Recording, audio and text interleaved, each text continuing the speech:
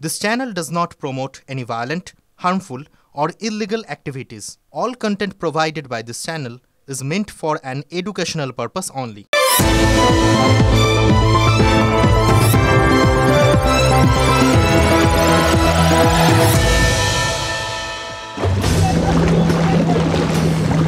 শুনবো হাতির হাঁচি এই বলে কেষ্টা, নেপালের বনে বনে ফিরে সারা দেশটা।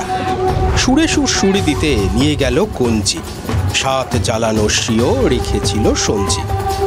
জলকাদা ভেঙে ভেঙে করেছিল চেষ্টা, হেঁচে 2000 হাঁচি মরে গেল শেষটা। কেসটা শুনে আবার ভাববেন না যেন উনি বীরভূমের কেউ। হাতির হাঁচি ছড়াটা রবীন্দ্রনাথ লিখলেও এই কেসটা তিনি সেই কেসটা নন। মানে রবীন্দ্রনাথ যে কেসটার কথা লিখেছিলেন সেই কেসটা নিশ্চয়ই আপনি যার কথা ভাবছেন তিনি নন। সে যাই হোক, কেসটা যিনিই হন, হাতির হাঁচি শোনার জন্য কষ্টটাই না করেছিলেন ভাবুন তো।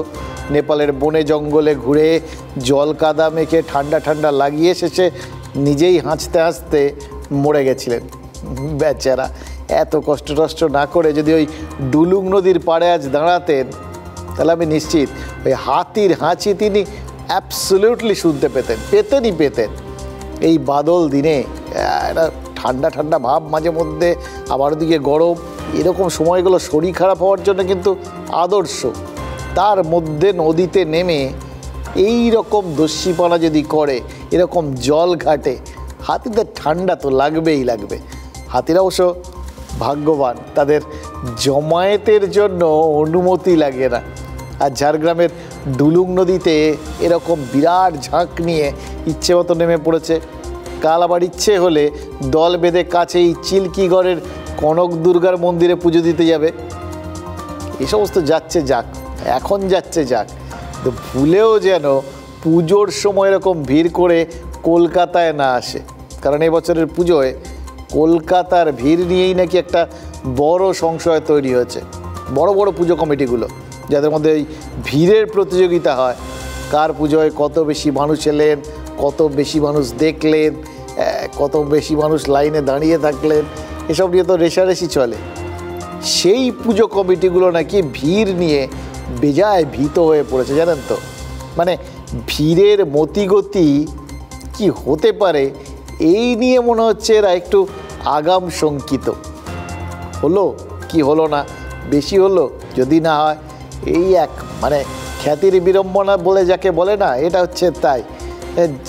লোকজন আসে, মুখে মুখে নাম ফেরে, এটা খুব ভালো জিনিস। কিন্তু যে মুহূর্তে এটা আপনার মাথার মধ্যে ঢুকে যাবে, তখন তো যদি লোক না আসে মাথা খারাপ।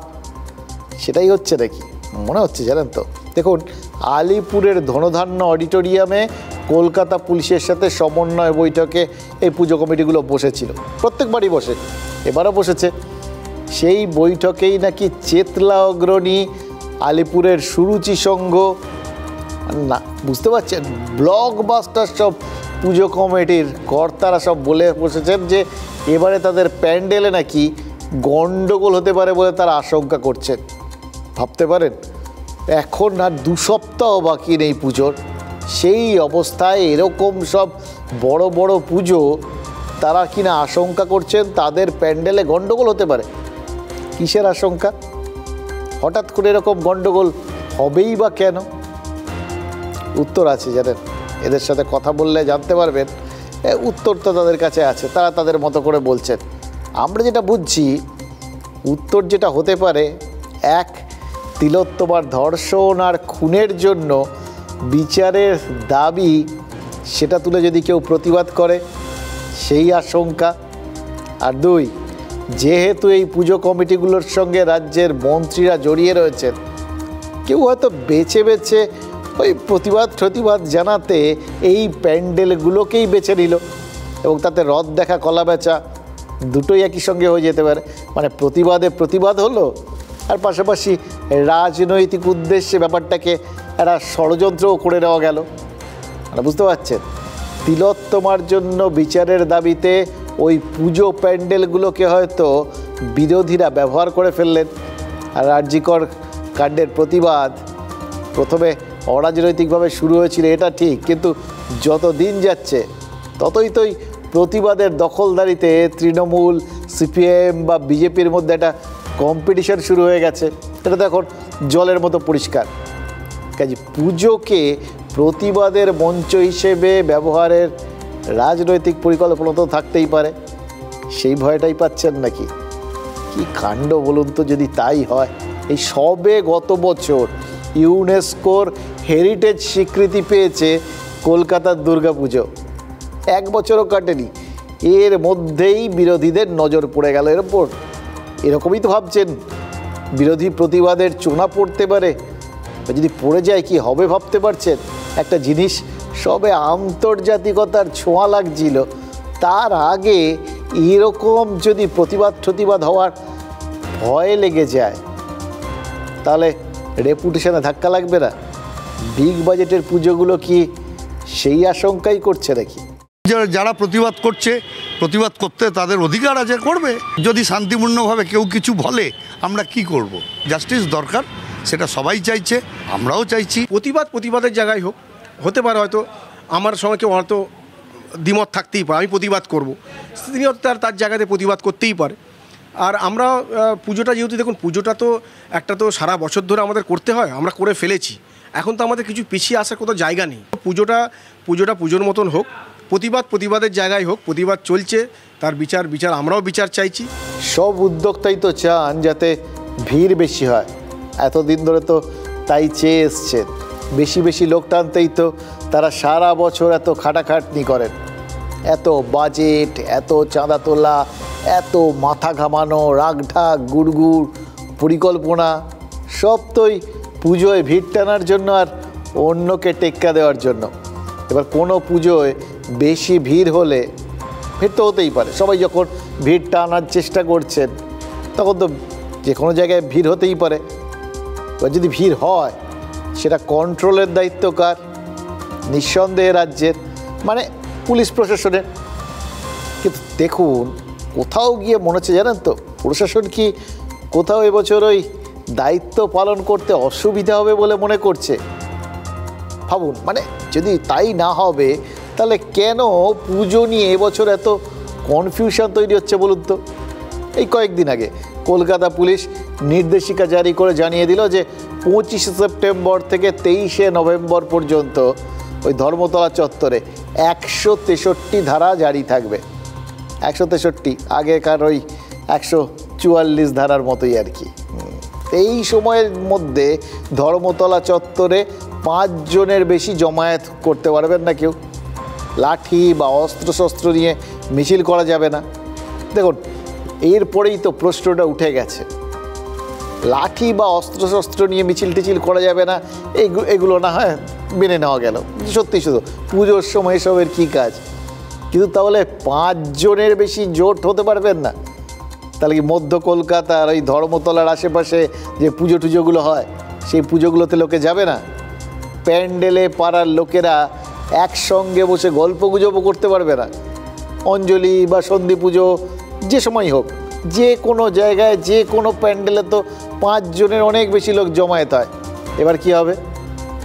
এই নিয়ে তো মামলা হয়েছে, আর এই মামলার শুনানিতে রাজ্য ব্যাপারটা খানিকটা পরিষ্কার করেছে, বলেছে ওই 2023 থেকেই ধর্মতলার মোড়ে এই বিধিনিষেধ আরোপ করা থাকে। আগে ওই বললাম আইপিসি অনুযায়ী 144 ধারা জারি হতো, এখন নতুন ন্যায় সংহিতা অনুযায়ী 163 ধারা জারি হয়। এবং এই বিধিনিষেধ ধর্মতলা মোড়ের ওই 50-60 মিটার চৌহদ্দিতেই সীমাবদ্ধ থাকে বলে রাজ্য জানিয়ে দিয়েছে। মানে আশেপাশের কোনো পুজোরই অসুবিধা হওয়ার কথা নয়। কিন্তু দেখুন এরই মধ্যে আজ এসএসকেএমের গণকনভেনশন থেকে ওই মহালয়ার দিন ধর্মতলায় মহাসমাবেশের ডাক দিয়ে ফেলেছে। মহালয়ার মানে বাবুন পিতৃপক্ষের শেষে তর্পণ, তারপর শুরু হয় দেবীপক্ষ, তারপর শুরু হয় উৎসব। মহালয়া 2রা অক্টোবর, সেদিন থেকেই হয়তো টুকটাক পুজো উদ্বোধনে বেরোবেন মুখ্যমন্ত্রী। এর আগের বার অবশ্য তারও আগে বেরিয়ে গেছিলেন, ফলে এবারও হয়তো সেটাও হয়ে যেতে পারে। মানে মোদ্দা কথা, পুজোর ফিতে কাটা তো ওই সময়ের আশেপাশেই শুরু হয়ে যাবে। পুজোর ফিতে কাটা হলেও মানুষ কি করবেন? তারা কি উৎসবে গা ভাসাবেন, এই চিন্তাটা আমার মনে হয় মমতা বন্দ্যোপাধ্যায়ের আছে, জানেন তো। সেজন্যই মুখ্যমন্ত্রী বলেছিলেন, মানে আগের থেকে আহ্বান জানিয়েছিলেন, এবার উৎসবে ফিরুন। রাতের বেলায় পুজোর সময় পুলিশ রাত জেগে পাহাড় দেয়, কোনো দুর্ঘটনা ঘটলে পাহাড় দেয়, দাঙ্গা হলে পাহাড় দেয়, দুর্যোগ হলে পাহাড় দেয়। কিন্তু প্রতিদিন রাতে আপনারা যদি রাস্তায় থেকে, অনেক মানুষ তো ডিস্টার্ব হয়, অনেক এলাকায় অনেক বয়স্ক মানুষ আছে, আমি অনুরোধ করব পুজোতে ফিরে আসুন, উৎসবে ফিরে আসুন। ফিরবো বললেই ফেরা যায় নাকি, তাই না? 9ই আগস্ট আরজিকর হাসপাতালের ওই এমার্জেন্সি বিল্ডিংয়ের 4 তলায় চেস্ট মেডিসিনের পিজিটি তিলোত্তমার দেহটা তো উদ্ধার হয়েছিল। সবার তো এখনও মনে আছে, প্রথমে সেটাকে আত্মহত্যা বলে কেউ কেউ তার বাড়িতে খবর দিলেও আসলে ধর্ষণ আর খুনের অভিযোগটাই তো শেষ পর্যন্ত মান্যতা পাচ্ছে। আজ 27শে সেপ্টেম্বর, 1.5 মাস হয়ে গেল, অথচ এখনও জানা গেল না এই তিলোত্তমার ধর্ষণ আর খুনের পেছনে কারা ছিল, নাকি কেউ ছিল একা, নাকি অনেকে, এখনও জানা হলো না। জানেন তো কেন তিলোত্তমার এই পরিণতিটা হলো? নেহাতি বিকৃত মনস্ক বা অন্যরকম মনস্কদের টার্গেট হলো মেয়েটা, নাকি অন্যায়ের বিরুদ্ধে মুখ খুলেছিল বলেই তিলোত্তমার মুখ চিরকালের জন্য বন্ধ করে দেওয়া হলো? অর্থাৎ মুহূর্তের উত্তেজনায় ঘটে যাওয়া কোনো অপরাধ, নাকি পরিকল্পনা মাফিক ঘটানো একটা ক্রাইম? এই প্রশ্নগুলোর উত্তর না পাওয়া গেল না, এখনও হলো না। তিলোত্তমার ধর্ষণ আর খুনের তদন্তে শুধু একটা গুরুত্বপূর্ণ তথ্য সামনে এসছে। আজ বুধবার আদালতে পেশ করা হয়েছিল আরজিকরের প্রাক্তন অধ্যক্ষ সন্দীপ ঘোষ আর টালা থানার প্রাক্তন ওসি অভিজিৎ মণ্ডলকে। যথারীতি জামিনের বিরোধিতা করেছিল সিবিআই। বিচারক শিবাশিস দে সোমবার পর্যন্ত দুজনকে হেফাজতে রাখার নির্দেশ দেন, কিন্তু যখন কোর্টের অর্ডার কপিটা হাতে এলো না, তখনই দেখা গেল সবচেয়ে গুরুত্বপূর্ণ তথ্যটা। কি লেখা আছে জানেন? সেখানে বিচারক কি বলেছে জানেন? বলেছেন সিবিআই যে রিপোর্ট দিয়েছে তাতে তিলোত্তমার ধর্ষণ আর খুনের ঘটনায় সন্দীপ ঘোষের গুরুতর ভূমিকা রয়েছে বলে মনে হচ্ছে। ধারার বিশ্লেষণ করতে গিয়ে অর্ডারে বিচারক বলেছেন যে একটা অপরাধ সংগঠিত করতে ঘটনাস্থলে যে থাকতেই হবে এমনটা তো নয়। তার মনে হচ্ছে যা যা অভিযোগ সিবিআই করেছে, তদন্তে যদি সেগুলো সত্যি বলে প্রমাণিত হয়, তাহলে আরজিকরের প্রাক্তন অধ্যক্ষের নাকি ক্যাপিটাল পানিশমেন্ট, মানে ফাঁসিও হতে পারে। আইন সেরকমই বলছে, যা বিরল থেকে বিরলতম অপরাধের ক্ষেত্রে সাধারণত হয় বলে আদালত জানাচ্ছে। আপনারা বুঝতে পারছেন কি ধরনের অভিযোগ তার বিরুদ্ধে রয়েছে? বুঝতে পারছেন এই অপরাধটাকে বা তার সঙ্গে যে সমস্ত অভিযোগগুলো জুড়ে গেছে সেগুলোকে বিরল থেকে বিরলতম অপরাধ বলে মনে হচ্ছে আদালতের, সেইভাবেই গণ্য হতে পারে। তাই এই পরিস্থিতিতে অভিযুক্তদের জামিন দেওয়া যাবে না বলে তো আপাতত বিচারক জানিয়েছেন। কিন্তু এই একটা তথ্য আরেকবার নাড়িয়ে দিয়ে যাচ্ছে। বোঝা যাচ্ছে যে কত বিষয় এখনো লুকিয়ে রয়েছে এই বিষয়ে। মানে এই যে ঘটনাটা মানে কি বলবো, কেস বলতে না ইচ্ছে করে না।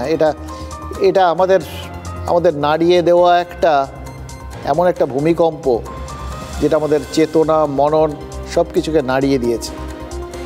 ঝাঁকুনি।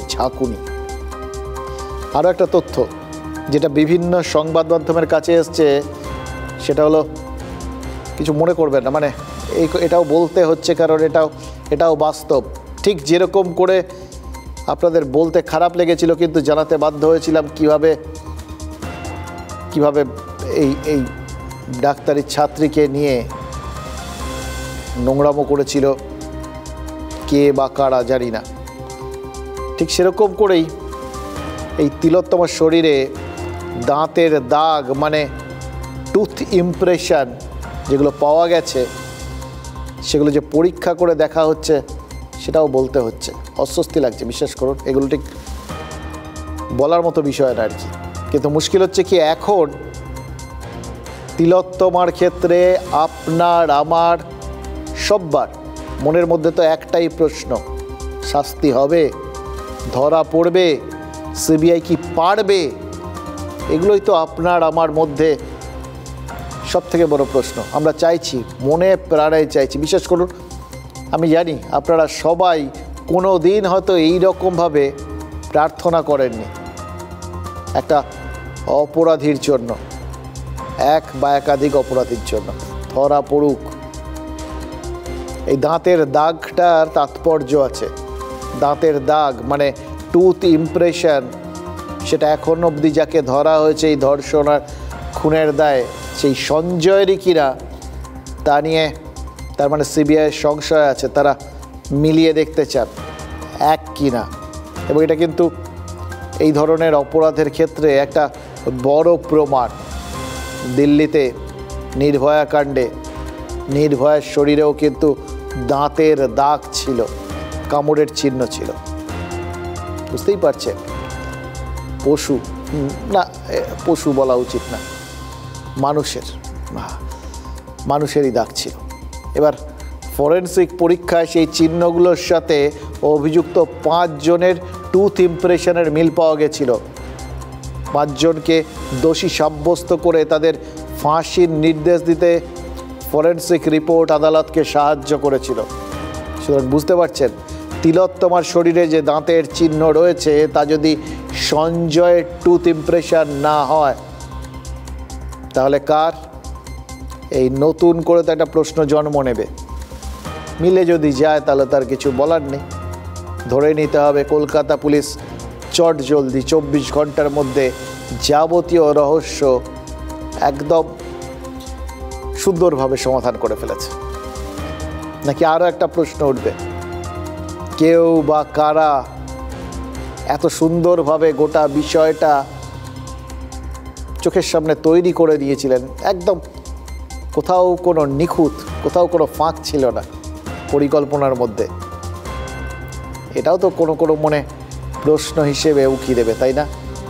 এই সমস্ত প্রশ্নের উত্তর যখন পাওয়াটা বাকি রয়েছে, তখন তিলোত্তমার জন্য যারা বিচার চেয়ে পথে নেমেছিলেন তাদের প্রতিবাদের আগুন কি এত সহজে নিভে যাবে? সিবিআইয়ের মতন এত বড় একটা সংস্থা, যেখানে ভালো ভালো ব্রেন রয়েছে, ভালো ভালো শিক্ষিত অফিসাররা রয়েছেন, তারা পর্যন্ত একদিনের মধ্যে, 1 মাসের মধ্যে বার করতে পারছেন না যে কারা এই খুন ধর্ষণের জন্য ডাইরেক্টলি জড়িত। সুতরাং বুঝতেই পারছেন কেসটা সাধারণ নয়। বারংবার করে একটি কথা আমি প্রথম দিন থেকে বলবার চেষ্টা করেছি, যে অপরাধী বা অপরাধীদের শাস্তির পাশাপাশি সুনিশ্চিত করতে হবে এই অপরাধ আড়ালকারীদের শাস্তিকে। এই অপরাধের কোনো ক্ষমা হয় না। যারা এইভাবে ধর্ষণ করে খুন করে তাদের পৃথিবীতে বাঁচার অধিকার নেই। যারা এরকমভাবে প্রাণ নেয়, এরকমভাবে একটা নারীর উপর অত্যাচার করতে পারে, তাদের এই পৃথিবীতে থাকার কোনো অধিকার নেই। তাহলে পুলিশ কি করে পুজোর ভিড়ে কে উৎসবের পক্ষে আর কে প্রতিবাদের পক্ষে সেটা আলাদা করবে? মানুষ যদি উৎসব মুখর হয়ে প্রতিবাদ করেন, তাকেই বা আপনি থামাবেন কি করে? এটা কিন্তু কঠিন চ্যালেঞ্জ, যাই বলুন আপনি। আমার মনে হয় কি জানেন, এই চ্যালেঞ্জ থেকে পুলিশকে উদ্ধারের জন্য পুজো কমিটিগুলোর সামনে একটাই রাস্তা খোলা ছিল, আর সেটা হলো খারাপ পুজো করা। যে যত একদম সাদা মাটা পুজো করুন, যার যত নাম সে তত সাদা মাটা পুজো করুন, জাঁকজমক করে পুজো না করে কেউ যদি ওরকম সাধারণ মানের পুজো করে, মানে একটু লো বাজেটে নমো করে পুজো টুজো করে, সেই পুজোয় বাইরের লোক ভিড় করার চান্স কম। হ্যাঁ, তাতে পাড়ার লোকজন সবার যে ওই বড় পুজোর চাকচিক্যে ওই একটা ভেতরে যে আন্তরিকতা, সেটা খানিকটা প্রকাশ পাওয়ার ক্ষেত্রে অন্তরায় হয়ে যায়। গর্ব থাকে, হয়তো অহং থাকে, আমাদের পুজো বিরাট বড়, এখানে এত লাখ লোক এসেছিলেন কাল রাত্রে, আগামীকাল আরও বেশি আসবেন, এটা বলার মধ্যে একটা শ্লাঘা অনুভব করে এলাকার মানুষ, এটা ঘটনা। কিন্তু কোথাও গিয়ে একদম সেই আটচালার তলায় সবাই মিলে বসে একত্রিত হয়ে নিজেদের মনের ভাব বিনিময়, সেই মজাটা, সেই আনন্দটা থাকে কি? থাকতে পারে, যে যেরকমভাবে ভাবেন। দেখুন, এইটা তো নিশ্চিত, যদি ওই বিরাট জাঁক জমক চাকচিক্য না থাকে, তাহলে কিন্তু পাড়ার লোকেরাই সেখানে ভিআইপি, বাইরের লোক থাকবেন না বললেই চলে। এটা যে শুধু আমরা বলছি তা নয়, এটাই কিন্তু আমরা যারা এই সমস্ত ব্যাপারে খুব পায়োনিয়ার আর কি, মানে কি করলে মানুষজন উন্নয়নের পথে হাঁটবে, কি করলে মানুষজন উৎসব মুখর হতে পারবে চলাম চলাম করে ঢাক বাজিয়ে, তারাও বলছেন, মানে অনুব্রত মণ্ডলও বলছেন। আজ নানুরের হাটসেরান্দি গ্রামে গেছিলেন তৃণমূলের বীরভূম জেলা সভাপতি। হাটসেরান্দিতে অনুব্রত মণ্ডলের পৈতৃক ভিটে, বুঝতেই পারছেন এরকম একটা জায়গা, তার মতো স্ট্রেচারের একজন লোক, সেখানে প্রত্যেকবারই ধুমধাম করে দুর্গাপুজো কালী পুজো হতো, মানে এখনও হয়, এবারও হবে। এবার পুজোর প্রস্তুতি কতদূর সেটা তো এতদিন খোঁজ খবর নিতে পারেননি, অনেক দূর ছিলেন। পুজোর আগে ওই যেরকম প্রবাসীরা বাড়িতে ফেরে, সেরকমই তিনি বাড়ি ফিরেছেন, গ্রামের বাড়িতেও সেই জন্য আজ গেছিলেন খোঁজ নিতে পুজোটা কত দূর এগোলো। সেখানে ন্যাচারালি লোকজনের মধ্যেও তো একটা কৌতূহল থাকে যে কীরকম হবে, এবার কীরকম হবে, এবার নিশ্চয়ই তিনি আছেন, নিশ্চয়ই এবার একটা জমজমাট ব্যাপার হবে, গতবার ছিলেন না। অনুব্রত মণ্ডল কিন্তু লোকের জল্পনায় পুরো জল ঢেলে ছেড়ে দিয়েছেন, বলেছেন এবছর আর তিনি পাত পেরে লোক খাওয়াতে পারবেন না, আগের মতো করে জাঁকজমক করে পুজোও করতে পারবেন না, কারণ তার নাকি টানাটানি চলছে, মানে আর্থিক অবস্থা নাকি ঠিক ভালো না। পুজো 4টে দিন আপনি কীভাবে কাটাবেন এবার? আমি আসবো মায়ের কাছে 12টা 12:30, মাকে প্রণাম করবো, মায়ের পুজো দেখবো, চলে যাবো। দাদা খাওয়া দাওয়া এবারে একটু অনেকেই জানতে চাই দাদা। না, আমি খাওয়ানো দাওয়ানো এবারে আমার খাওয়াতে বেশি ভালোবাসেন, কিন্তু আমার আর্থিক কন্ডিশন সেরকম, 2022 সালে পুজোর আগে গ্রেফতার হয়েছিলেন অনুব্রত মণ্ডল। 22-23 দুটো বছর পুজোয় কিন্তু গ্রামে থাকতে পারেননি। এবছর জামিন পেয়ে বোলপুরে ফিরেছেন। গ্রামের মানুষ তারা তো আশা করতেই পারেন না এবার পাত পেরে নিশ্চয়ই খাওয়াটা হবে, পুজোয় আনন্দ করবেন। তারা কি করে বুঝবেন বলুন তো?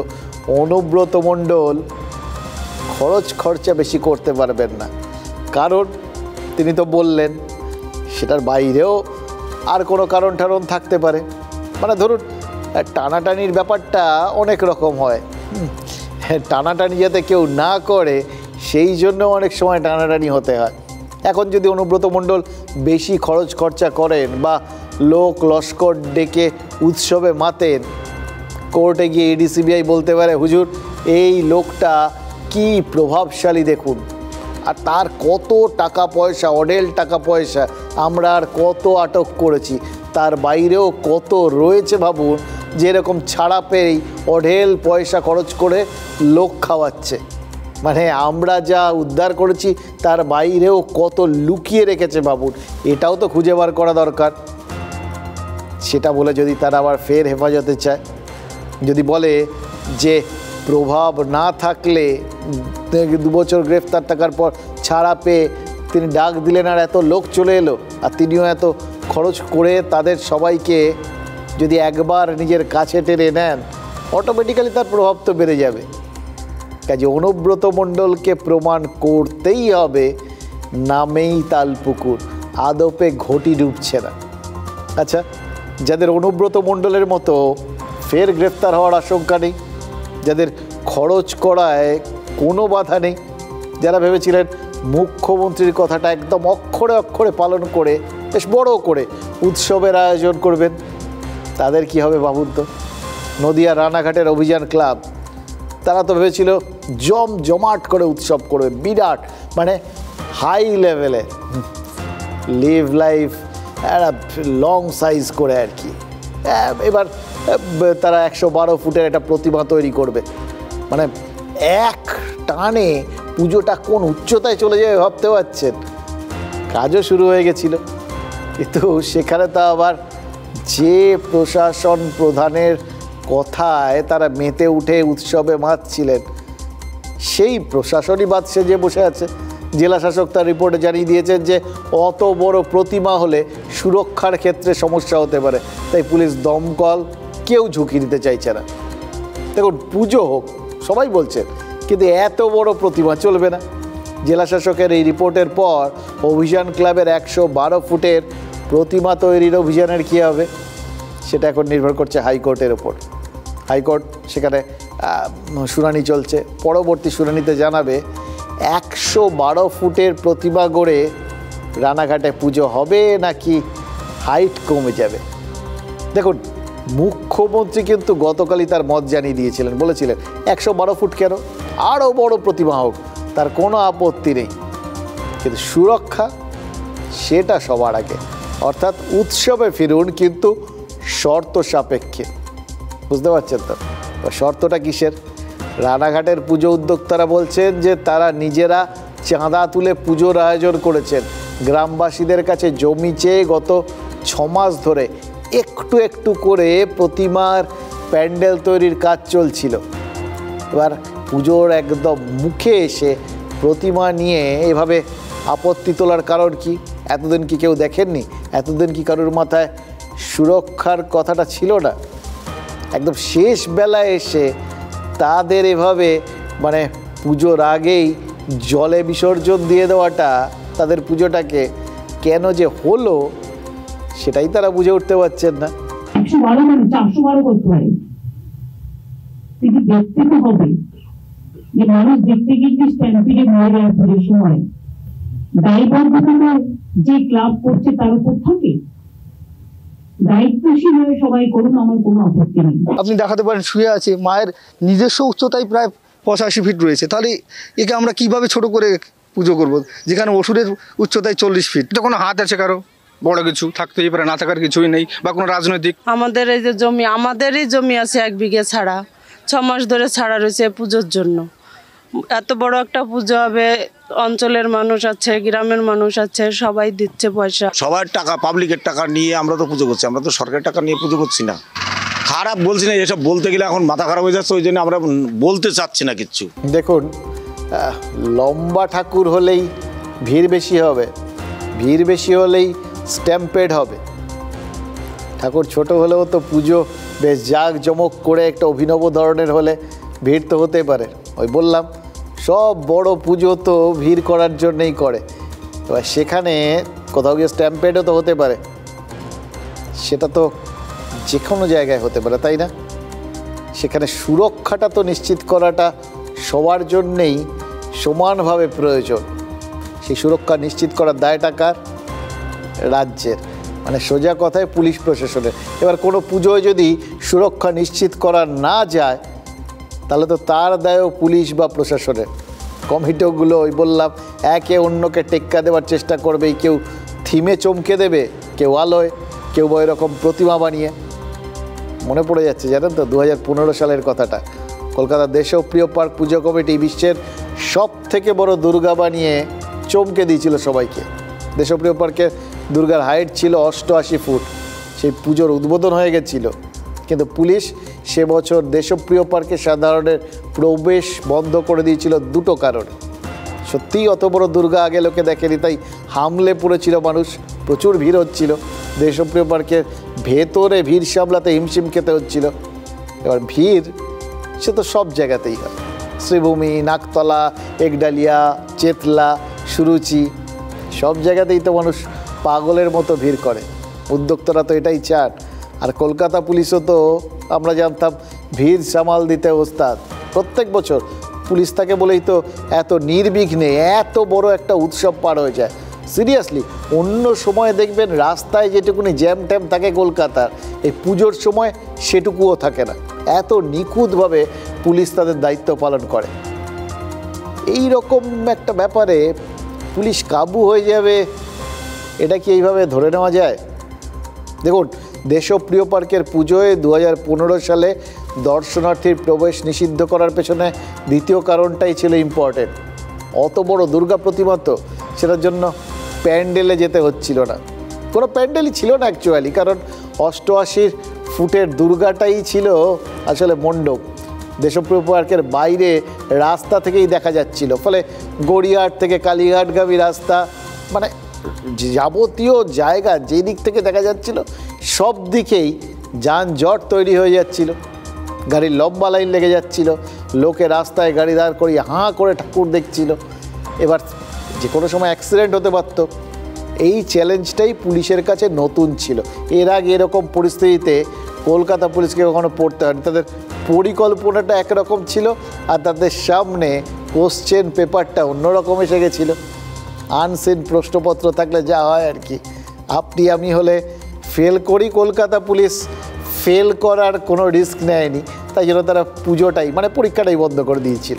দেখুন, অত বড় দুর্গা দেখতে আসার ভিড় সামলানোর ট্রেনিং তার মানে তখন পুলিশের ছিল না, এটাই তো মোদ্দা কথা।